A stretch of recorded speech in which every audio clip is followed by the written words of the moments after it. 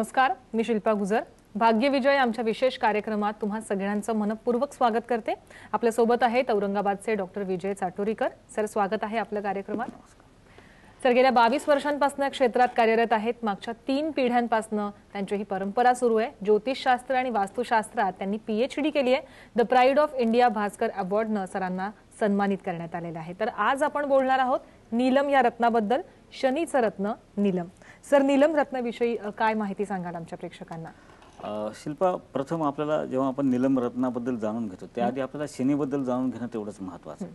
बऱ्याच लोकांच्या मनामध्ये असे गैरसमज आहेत की शनी आणि शनीचे रत्न नीलम या बाबतीत, दोन्ही बाबतीत. पण मला एक सगळ्या प्रेक्षकांना सांगायचं मुद्दाम की शनी हाला घाबरायची गरज नाही. किंवा आपण शनीची 7.5 आली आपल्या जीवनामध्ये की आपण घाबरून जातो, किंवा शनीची महादशा जरी आली तर आपण घाबरून जातो, किंवा चौथा शनी आला किंवा अशुभ शनी असला की आपण घाबरून जातो.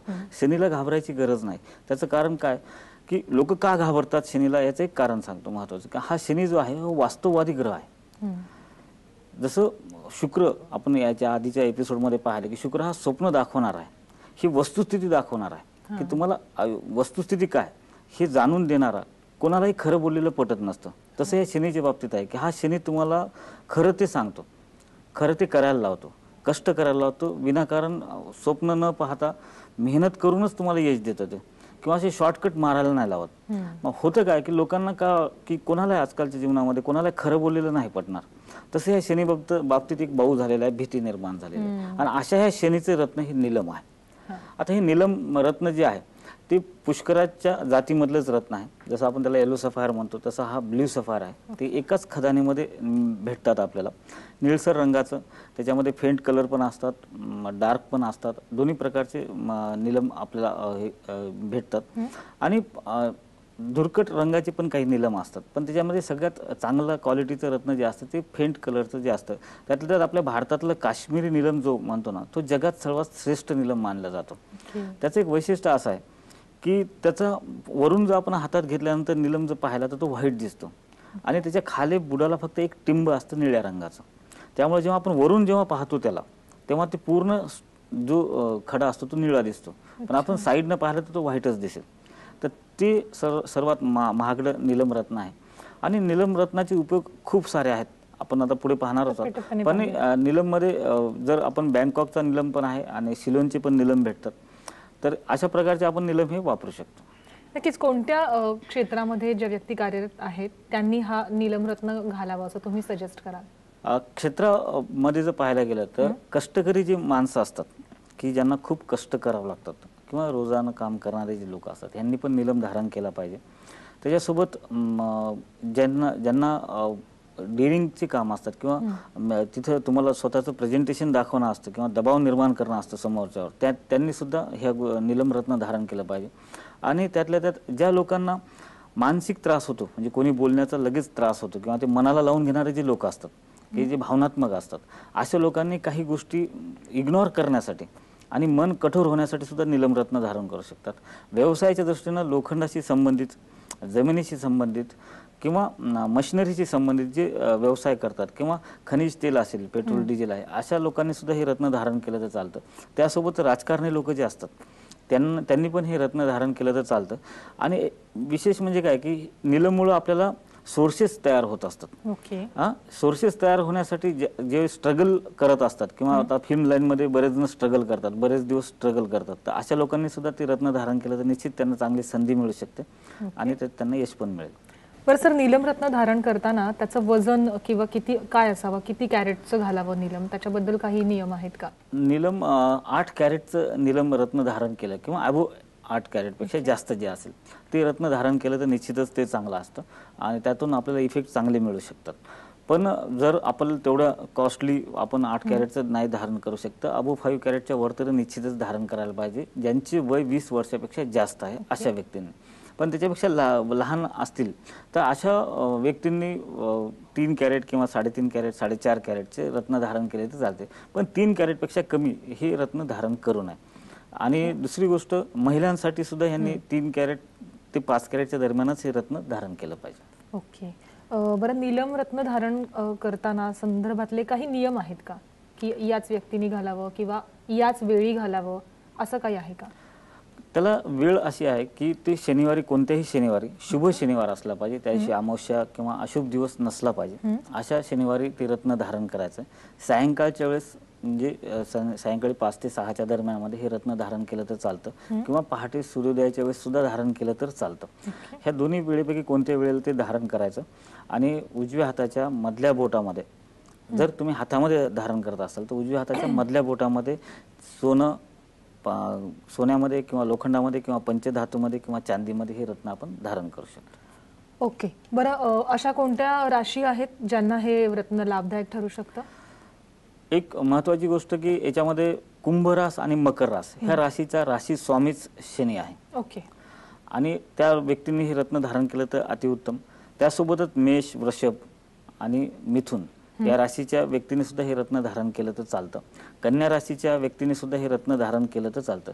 राशीनुसार मेष, वृषभ, मिथुन, कन्या, तुळ आणि मकर आणि कुंभ ह्या राशीच्या व्यक्तीने हे रत्न धारण केलं उत्तम असतं. कसं राशीबद्दल पण सांगितलं तुम्ही, पण जन्मकुंडलीच्या आधारे सुद्धा नीलम रत्न धारण करता येऊ शकतं का? हा, निश्चित. आपण जन्मकुंडलीच्या आधारे आपल्याला खूप पर्याय आहेत की त्याच्यामध्ये आपण ते नीलम रत्न कोणी धारण करायचं. समजा आपली जन्मकुंडलीमध्ये आपल्या भाग्यस्थानाचा स्वामी शनी आहे आणि तो पंचमात आहे किंवा चतुर्थात आहे, तर अशा व्यक्तींना सुद्धा ते रत्न धारण करू शकतात. त्यानुसार रवीच्या सोबत जर शनी तुमच्या कुंडलीमध्ये कुठे विराजमान असेल, कोणत्याही भावामध्ये असेल, मग ते 1 ते 12 या कोणत्याही भावापैकी कोणत्याही भावामध्ये जर असेल तो, तर तुम्ही ते नीलम रत्न धारण करू शकता. याशिवाय शनीच्या घरात रवी आणि रवीच्या घरामध्ये शनी असेल तरी हे रत्न तुम्ही धारण करू शकता. त्यासोबतच ज्या ठिकाणी शनी बसलेला आहे त्या ठिकाणी जर रवीची दृष्टी असेल तरी हे नीलम रत्न तुम्ही धारण करू शकता. तसंच तुमच्या लग्न कुंडलीमध्ये कन्या लग्न असेल, वृषभ लग्न असेल, कुंभ लग्न असेल, मकर लग्न असेल, तर ह्या सर्व व्यक्ती हे रत्न धारण करू शकतात. ओके. बरं सर, नीलम रत्नाबद्दल मी काही जे ऐकलेलं आहे ते खरं आहे का मला सांगा? म्हणजे लोक थोडी घाबरतात नीलम रत्न घालण्यासाठी. त्यांचं असं म्हणणं असतं की आमचा अपघात होतो किंवा कदाचित खूप आम्ही मोठी स्वप्न बघतो आणि ती कुठेतरी धुळीला मिळून जातात, असं काहीतरी होतं. त्यामुळे नीलम रत्न लोकांचा समज असा आहे शिल्पा की नीलम रत्न ते धारण केल्यानंतर एक तर तो उच्च पदावर नेतो किंवा एकदम तळागाळाला नेतो, असं लोकांचा समज आहे. त्याचं कारण असं आहे की आपण बरेचदा असं ऐकतो की आपल्या घरामध्ये उजव्या सोंडाचा गणपती नसावा. आता का नसावा? ती गणपतीची मर्जी ना, की त्याला उजवीकडे पाहिजे तर उजवीकडे पाहिजे किंवा डावीकडे पाहिजे तेव्हा डावीकडे पाहिजे. पण त्याच्या बाबतीतली जी काही दक्षता घ्यायची असते ती फार कठीण असते, ती घेणं होत नाही, म्हणून आपण ते टाळतो की आपल्या घरातच नको ते. त्यामुळे आपण ती गोष्ट भेटतो किंवा तसा एक नियमच बनवून टाकतो की उजव्या सोंडाचा गणपती घरात नसायला पाहिजे. तसंच ह्या शनीबद्दल सुद्धा काही लोकांनी मनानच असे नियम बनवलेले आहेत की जेणेकरून ते नीलम रत्न धारण केलं की तो आपल्याला एकदम रसातळाला घेऊन जाईल किंवा मग लाभला तर खूपच उच्च पदावर, असं होत नाही. मला एक सांग, जर शनीमुळे अपघात होत असले, शनीमुळे जर कोणाचं वाईट होत असलं, तर माझी तुझी दुश्मनी उदाहरण म्हणून, आणि मी गपचूप तुझ्या पर्समध्ये एक नीलम टाकून दिली, तर होईल का तुझा अपघात? असं नाही होणार ना. तर त्याचं कारण आहे की कोणतेही रत्न धारण, बरेच जण मी पाहतो ज्योतिष्यांना सुद्धा या बाबतीतली पूर्ण माहिती नाहीये.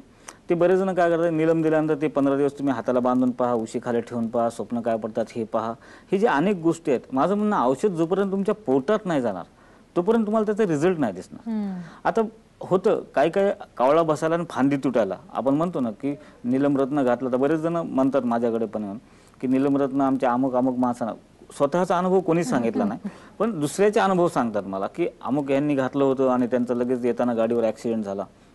असं काही होत नाही. नीलम काय करतो की तुम्ही एखाद्या कामासाठी नीलम रत्न धारण केलं, समजा एखाद्या व्यवसाय चालू करायचा आहे तुम्हाला नवीन आणि त्याच्यासाठी ग्रोथ येण्यासाठी तुम्ही नीलम रत्न धारण केलं, तर काय होतं की ते जर व्यवसाय तुम्हाला सूट नसेल तर तिथं नीलम तुम्हाला त्या व्यवसायामध्ये यश नाही देणार. एक उदाहरण माझ्याकडे सांगतो मी. माझ्याकडे औरंगाबादच उदाहरण आहे आणि त्या मुलाला मी नीलम आणि पाचूरत्न धारण करायला केल्यानंतर 1-1.5 महिन्यानंतर तो माझ्याकडे आला.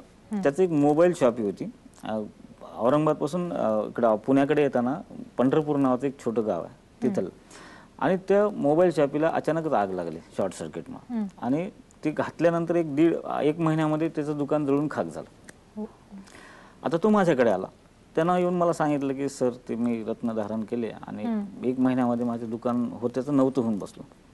तर म्हणलं काही हरकत नाही, पण मी त्याची कुंडली पाहिली आणि त्याला म्हणलं मला वाटतं की ह्या रत्नामुळे नाही झालं, तरी तुझी इच्छा असेल तर ते रिटर्न करू शकतो तू, पण माझं म्हणणं आहे की तू अजून 1-2 महिने ते रत्न धारण करावं. माझ्यावर विश्वास ठेवून तू धारण कर, तुला निश्चित त्याचा फायदा होईल. आणि नंतर तो 5-6 महिन्यानंतर माझ्याकडे आला. त्याला पाहिल्यानंतर मला धसकन झाला थोडं की हे पुन्हा कसा मिळाला की दुसरं काही नुकसान झालं की याचं. पण मनात एक माझ्यावर विश्वास, स्वतःवर विश्वास होता की असं काही होणार नाही.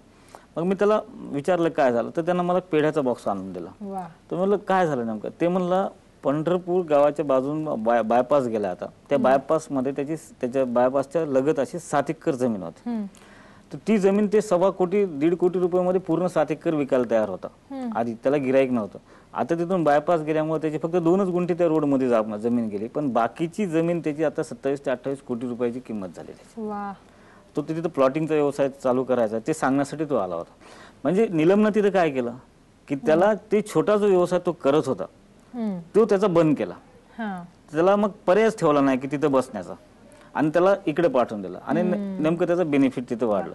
तर शनी हा असं करतो की तुम्हाला जे योग्य आहे तुमच्यासाठी तेच करायला लावतो, दुसरं काही करू देत नाही किंवा त्या ठिकाणी तुम्हाला यश नाही देणार. अशा पद्धतीने निलम आपल्याला, म्हणजे तुम्ही राईट ट्रॅक वरती आहात का नाही, किंवा तुम्ही राईट ट्रॅक वर जावं याच्यासाठी निलम आपला जे शनीचं रत्न आहे ते तुम्हाला सांगत असतं की तुम्ही या ट्रॅक वरती जा, आणि हा जो तुमचा दुसरा तुम्ही जो ट्रॅक निवडलेला आहे तो त्याचा नामोनिशाण संपवून टाकतो असं म्हटलं नाही. तो पर्याय ठेवत नाही. तो काय करतो, निलम काय करतो की तुमच्यासाठी जे चुकीचं आहे ते करूच देत नाही, जे तुमच्यासाठी योग्य आहे तेच करायला लावतो. आणि आजकालच्या याच्यामध्ये काय जगामध्ये की तुम्हाला खरं बोललेलं पटत नाही. कोणी एखाद्याचा व्यवसाय चांगला चालला आणि मी जर त्याला पटकन जाऊन म्हणलं हे बंद कर, तुला याच्यात यश नाही, तर तो बंद नाही करणार. मग शनी काय करतो, बरोबर त्याला त्याच्या पद्धतीनेच, म्हणजे वाकडं बोट केल्याशिवाय जसं ते माणूस नीट होत नाही तसं ते बरोबर त्याला ते करायला लावतो. बरोबर. नक्कीच निलम यंत्राबद्दल आपल्याला अनेक गोष्टी जाणून घ्यायच्यात, अनेक ज्या छोट्या छोट्या गोष्टी आहेत ज्या कदाचित तुम्हाला माहिती नाहीत, मलाही माहिती नाहीत, सरांना खूप साऱ्या गोष्टी माहिती आहेत, त्या त्यांच्याकडनं काढून घ्यायच्यात. पण एका छोट्याशा ब्रेकसाठी थांबतेय, तुम्ही कुठेही जाऊ नका.